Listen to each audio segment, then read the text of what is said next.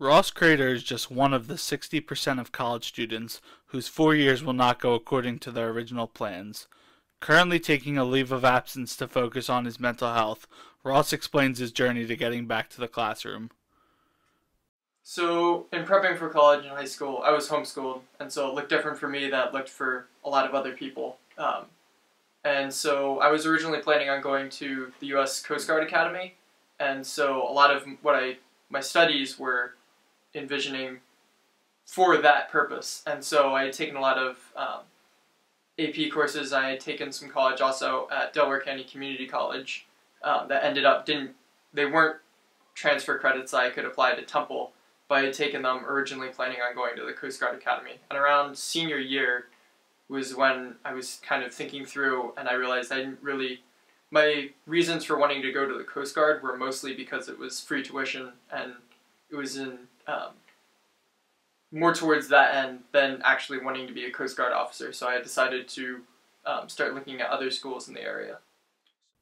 As colleges across the nation struggle to keep retention rates up, they are also faced with the task of retaining students who are considered underserved. Underserved students are less likely to be retained based on their mental health challenges in school and at home that affect them.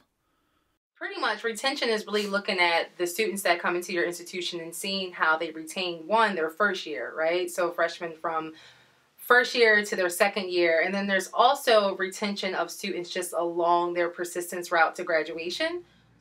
Yes, well, certainly if we're now talking about in the context of college students, I think it's pretty well documented that individuals that are underserved come into a college setting with some resource disadvantages that make adjustment to college a little more likely on average to be stressful or difficult or result in mental health related problems such as depression, anxiety, stress, and then sort of the close correlations of feeling isolated or alienated, and then having difficulty achieving.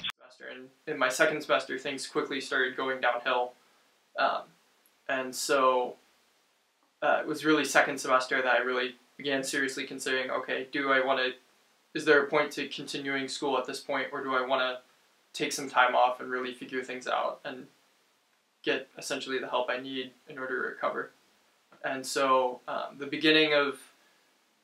over the course of that semester, I had failed one of my classes, and I had took the class in the summer and I passed it then.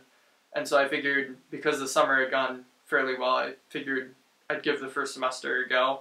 But then things started getting really bad, and that was when I really realized that I need to take time off and figure things out.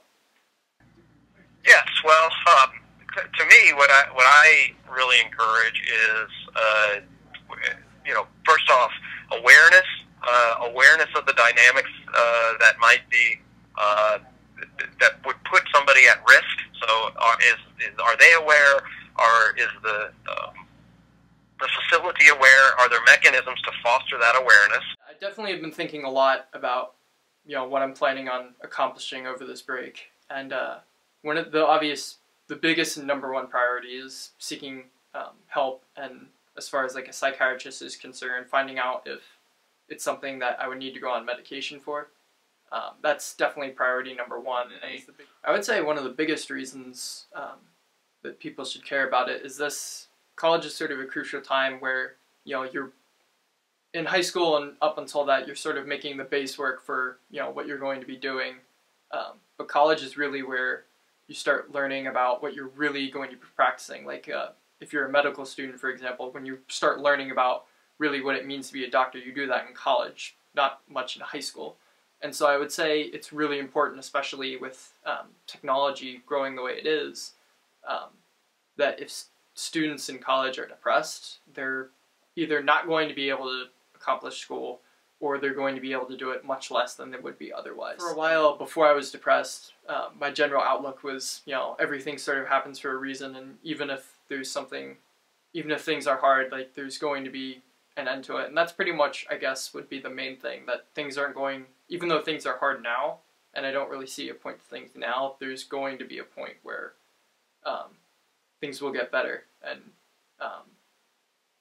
they won't be so hard, and I'll be able to see the good despite all the bad. So